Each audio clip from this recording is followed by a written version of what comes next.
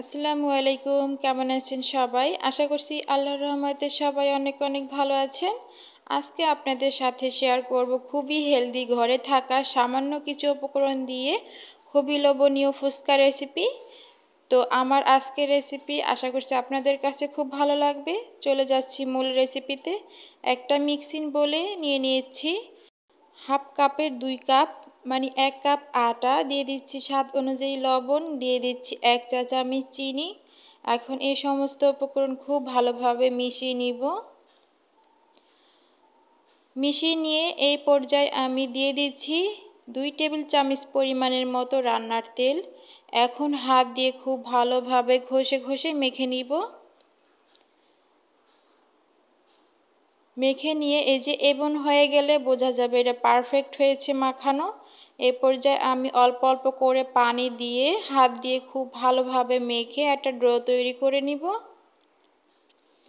এরই মধ্যে একটা ডো তৈরি করে নিয়েছি।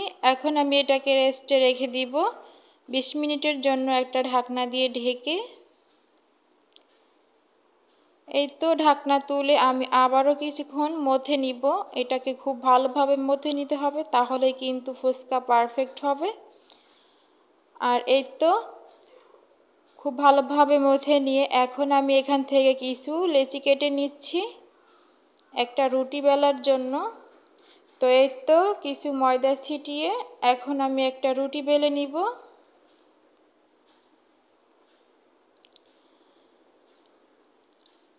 রুটি বেলে নিয়ে এখন আমি এটাকে ভাঁজ করে নিব। আপনারা চাইলে কিন্তু এমন আরেকটি রুটি বেলে নিয়ে এটার উপর থেকে দিলেই হবে। তো আমি এই রুটিটাকেই কিন্তু যেভাবে ভাঁজ করে দিয়ে এখন আবারও বেলে নিব। এতে করে কিন্তু ফুচকাগুলো খুব ভালোভাবে ফুলকো ফুলকো হবে। আর এই তো বেলে নেওয়া হয়ে গেছে। রুটি যেমন হোক না কেন ফুচকা তৈরি করে নিলেই হবে। আর এখন কাটার জন্য এই যে আমি একটা মুখ নিয়ে নিয়েছি, আপনারা চাইলে যে কোনো কুকি কাটা নিলেই হবে। তো হাতের কাছে যেটা থাকে এটা কেটে নিলেই হবে। তো আমি কেটে নিয়েছি ফুচকাগুলো কিন্তু এই যে। এখন আমি এগুলো ভাজার জন্য চলে যাব চুলায়। আর এই তো ফুচকার শেপগুলি দিয়ে দিয়েছি। চাইলে কিন্তু আরও বড় বড় ফুচকা বানিয়ে নিতে পারেন। তো প্যানের মধ্যে পরিমাণ মতো তেল দিয়ে এখন একটা একটা করে ফুচকা ছেড়ে দিচ্ছি ভাজার জন্য। আর এই তো সবগুলো দিয়ে একটা সাইড হয়ে যাওয়ার পরে আমি কিন্তু ফুচকাগুলো উল্টিয়ে দিব। আর ফুচকাগুলো এই যে ফুলে কিন্তু একদম ডাবল হয়ে আসছে। আর এখন আমি একটা সাইড হয়ে যাওয়ার পরে যে একটা একটা করে উল্টিয়ে দিচ্ছি ফুচকাগুলো। অল্প আঁচে কিন্তু ভেজে নিতে হবে, তাহলে কিন্তু ফুচকাগুলো খুবই মুচমুচে হবে। ভেজে নেওয়া হয়ে গিয়েছে আর খুব সুন্দর কিন্তু কালারও চলে আসছে ফুচকার গায়ে। এখন আমি এই যে ছাঁকনি দিয়ে তেলে থেকে তুলে নিব। এভাবেই কিন্তু সবগুলো ফুচকা আমি ভেজে নিব। সবগুলো ফুচকা কিন্তু এভাবেই ভেজে নিয়েছি। এখন চলে যাচ্ছি আমি ফুচকার টক তৈরি করার জন্য। এখানে কিছু তেঁতুল নিয়েছি।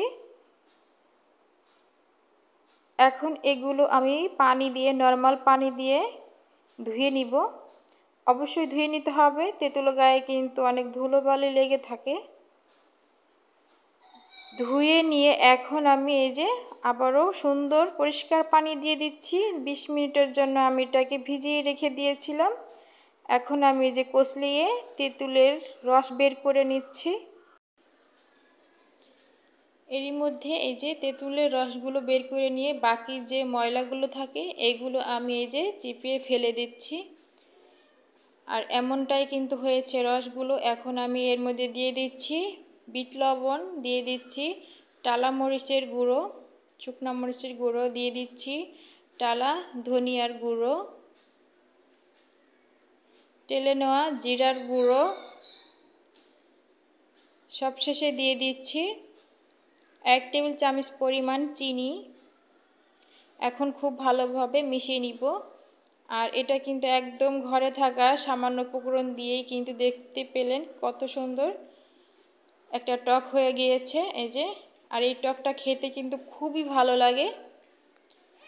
এরই মধ্যে এই যে টকটা তৈরি করে নেওয়া হয়ে গেছে, আর দিয়ে দিচ্ছি কাঁচামরিচ খুব সুন্দর একটা ফ্লেভার আসার জন্য। চাইলে কিন্তু এখানে একটু লেবুর রসও অ্যাড করতে পারেন, আমার হাতের কাছে ছিল না তাই কিন্তু আমি দিলাম না। তো হয়ে গিয়েছে ফুচকার টক তৈরি করা।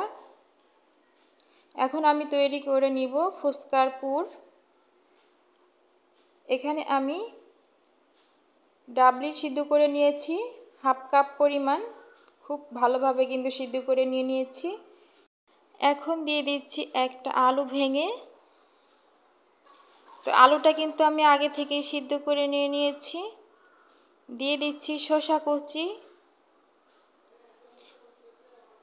দিয়ে দিচ্ছি টমেটো কিউট করে কেটে নিয়েছিলাম আগে থেকেই একটা ছোট সাইজের, দিয়ে দিচ্ছি পেঁয়াজ কুচি, দিয়ে দিচ্ছি কাঁচামরিচ কুচি, ঝালটা আপনাদের স্বাদ অনুযায়ী দিয়ে দিবেন। দিয়ে দিচ্ছি বিট লবণ, দিয়ে দিচ্ছি টালা মরিচের গুঁড়ো, শুকনো মরিচের গুঁড়ো, দিয়ে দিচ্ছি টালা ধনিয়ার গুঁড়ো, দিয়ে দিচ্ছি টালা জিরার গুঁড়ো, সবশেষে দিয়ে দিচ্ছি সিদ্ধ ডিম গ্রেট করে দিয়ে দিচ্ছি।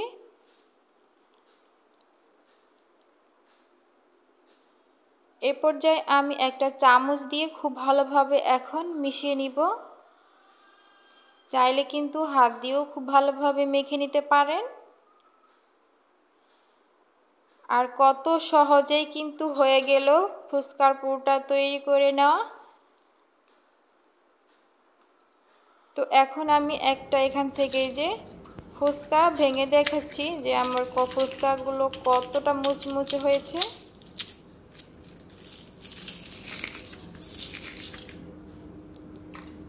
তো বুঝতেই পারছিলেন কতটা মুচমুচে হয়েছে ফুচকাগুলো। তো এখন আমি একটা ফুচকা তৈরি করে দেখাবো। বাইরে থেকে ফুচকা না কিনে ঘরেই তৈরি করে খান, খুবই হেলদি ও স্বাস্থ্যকর ফুচকা তৈরি, এবং ঘরে থাকা কিছু সামান্য উপকরণ দিয়েই। তো পেঁয়াজ কুচি, শসা কুচি, কাঁচামরিচ কুচি, এইগুলো সবগুলো দিয়ে, আর এখন দিয়ে দিচ্ছি একটু সামান্য টক।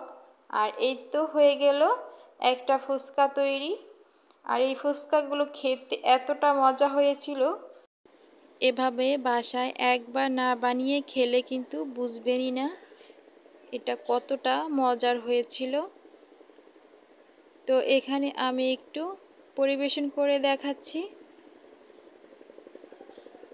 দিয়ে দিচ্ছি কিছুটা টক। এখন আমি উপর থেকে একটু ডিম গ্রেট করে দিয়ে দিচ্ছি, একটু ডেকোরেশনের জন্য, দেখতে খুব ভালো লাগবে তাই। তো এরই মধ্যে কিন্তু হয়ে গিয়েছে মামার দোকানের মতো একদম পারফেক্ট এক প্লেট ফুচকা রেসিপি। তো আমার আজকের রেসিপি দেখতে কেমন হয়েছে অবশ্যই কমেন্ট করে জানাবেন। ভালো লাগলে চ্যানেলটি সাবস্ক্রাইব করে আমার পাশেই থাকবেন। তো সবাই অনেক বেশি ভালো থাকবেন, সুস্থ থাকবেন। আজকের মতো এ পর্যন্তই। আল্লাহ হাফেজ।